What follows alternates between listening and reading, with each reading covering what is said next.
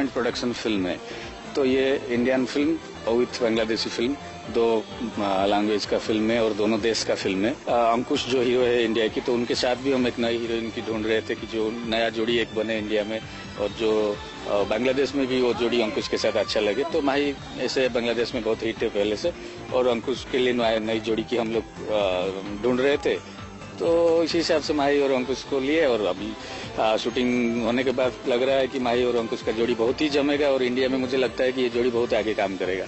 मुझे नहीं लगता है कि ऐसा कुछ फर्क है इंडिया और बांग्लादेश में। सभी है कि खाली एक नाम का एक बॉर्डर लाइन आ गया है, नहीं तो पहले जैसे था सब तो एक ही था। सिनेमा में 5 ही गाना है, बट वो गाने सारे गाने जो है म्यूजिक डायरेक्टर इंडिया से लिए गए हैं। 2 म्यूजिक डायरेक्टर इंडिया से है, आकाश और श्याबी करके, दोनों इंडिया से है। और बाकी जो सिंगर है सब बॉम्बे के सिंगर्स को लेके गाया गया है, क्योंकि सिचुएशन ऐसा कुछ डिमांड कर रहा था कि कुछ वॉइस ऐसा जरूरी था कि उनको लेके गाना चाह रहे थे हम लोग, तो उन लोगों को लेके हम लोग ने गाना किया है।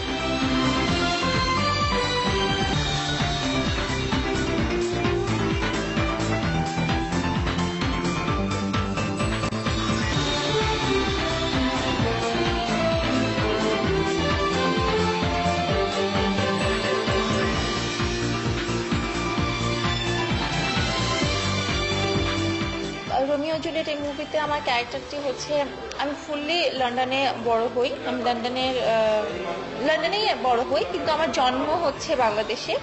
তো আমি বাংলাদেশ কখনো দেখিনি, সো ওখানেই বড় হই, ওখানকার কালচার সবকিছু। তো বাট অনেক বড় লোক হওয়া সত্ত্বেও আমার অনেক কি বলবো এটাকে, যে অনেক শত্রু থাকে।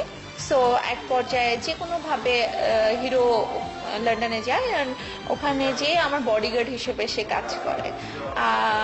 সেই সূত্রে আমার বাংলাদেশে আসা, সেভ হওয়া, একটা মিশন থাকে একটা গ্রুপের আমাকে কিল করার জন্য। সো হিরোরও একটা মিশন থাকে আমাকে নিয়ে, বাট সেটা আসলে স্ক্রিনে দেখা যাবে মিশনটা কি। কিন্তু সব মিলিয়ে লাস্টে হচ্ছে গিয়ে দেখা যায়, লাস্টে এসে দেখা যাবে যে না, দুজনকে ভালোবাসছি, এরকম একটা ক্যারেক্টার।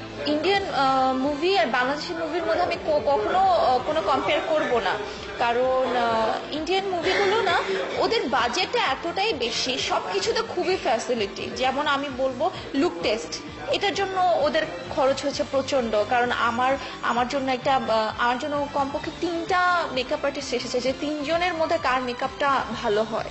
তারপরে হেয়ার ড্রেসার এসেছে।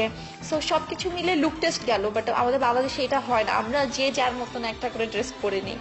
তারপর ওখানে হয় কি, যে আমরা গানের শুটিং করব, হয়তো গানের শুটিং করার আগে 10 দিন আগে কোরিওগ্রাফার চলে গেছে, আমাদের যে প্র্যাকটিস করিয়েছে, যে ওখানে কি কি মুদ্রা ইউজ হবে, কিরকম এক্সপ্রেশনস হবে। সো যেটা আমাদের বাংলাদেশে হয় না, আমরা খুব একদম স্পটে যে একদম ক্যামেরার সামনে, তখন আমরা জানতে পারি এখন কি মুদ্রাটা ইউজ করব আমরা। তো সবকিছু মিলিয়ে না, ওদের ওখানে এ কারণে কোয়ালিটিটা অনেক ভালো হয়, আর্টিস্টরা অনেক ভালো করে, কারণ তারা জানে তারা কি করবে। কম্পেয়ারটা না তেমন একটা করা হতো না, বা সবাই আমাদের এখানে হচ্ছে কি, আমাদের চারপাশে যারা থাকে সবসময় বলতো, এই তুমি অনেক ভালো করো, তুমিই বেস্ট। আমার যে কি ভুল আমি সেটা বুঝতে পারতাম না। তো আমি যখন একটা ভালো আর্টিস্টের সাথে কাজ করতে গেছি, যেমন আঙ্কুশের সাথে আমি যখন কাজ করতে গেছি, ওর ডান্স, ওর ফাইট, হ্যাঁ, ওর অ্যাক্টিং দেখে না আমার কাছে মনে হচ্ছে আমার অনেক কিছু শিখতে হবে। আর আমাকে অনেক কোয়ালিটিফুল অভিনয় করতে হবে। আমি যেটা করি তার মধ্যে অনেক মেকি থাকে, কিন্তু আমাকে অনেক ন্যাচারাল করতে হবে।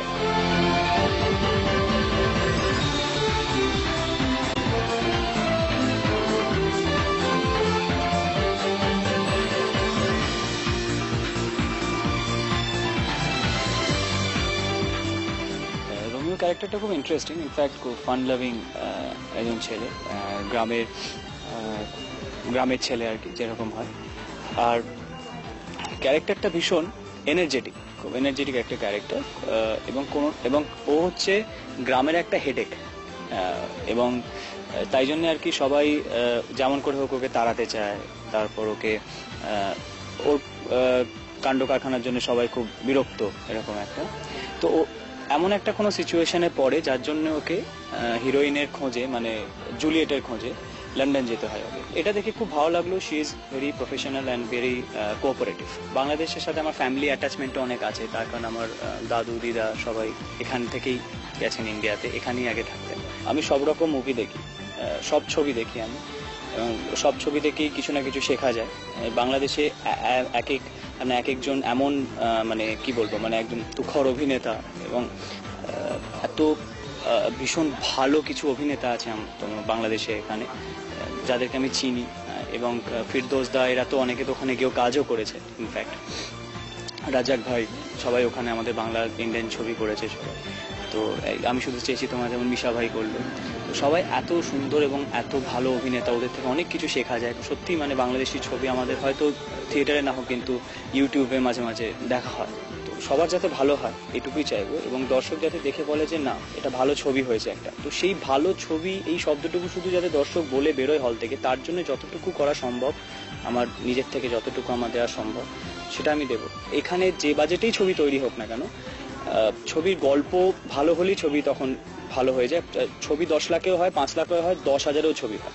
ছবির জন্য 10 কোটি টাকা লাগে না, খালি ভালো গল্প আর ভালো ডিরেক্টর, প্রেজেন্টেশন, এক্সিকিউশন, এইগুলো ভালো হলে 5 টাকা দিয়েও ছবি বানানো যায়। তো এখন এত সোশ্যাল মিডিয়া হয়ে গেছে, ইন্টারনেট হয়ে গেছে, ইউটিউব হয়ে গেছে, ফেসবুক হয়ে গেছে, এত কিছু হয়ে গেছে, টুইটার হয়ে গেছে, যে মানুষের রিয়াকশন আমরা ইনস্ট্যান্ট জানতে পারছি।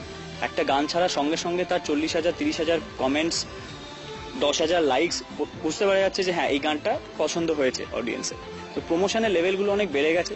আর আমাদেরও একটা যেটা হয় না, অ্যানালিসিসটা আমাদের, যে ছবিটা কিভাবে আমরা এগোবো ফার্দার, কত রকম ভালো ছবি করব, এই একঘেয়ে গান হয়ে যাচ্ছে কিনা, একঘেয়ে ছবি করে ফেলছি কিনা আমরা, একই ধরনের কনসেপ্ট হয়ে যাচ্ছে কিনা, সেগুলো আমরা খুব ইজিলি এখন অডিয়েন্সের থ্রু দিয়ে আমরা এখন ফিডব্যাক পাই। না এক একজন এমনও নয় যে গালাগাল খাইনি, আমরা প্রচুর গালাগাল খাই, ঠিক আছে, আবার ভালোও বলে অনেকে মানুষ। এবং এইটাই খুব ভালো লাগে যে অডিয়েন্স ভীষণভাবে ওপেন আমাদের কাছে। এমন না যে একদম স্টারকে বলবো কি ভাববে, স্ট্রেট আমি বলছি, আমি নিজে মুখের ওপর অনেক গালাগাল খেয়েছি, আবার প্রশংসাও পেয়েছি। তো এতে না অনেকটা আমাদের সুবিধা হয় কাজটাকে আরো ভালো করার। যতক্ষণ না লোকে খারাপটা আঙুল তুলে না বলে দেবে ততক্ষণ উন্নতি করা যাবে।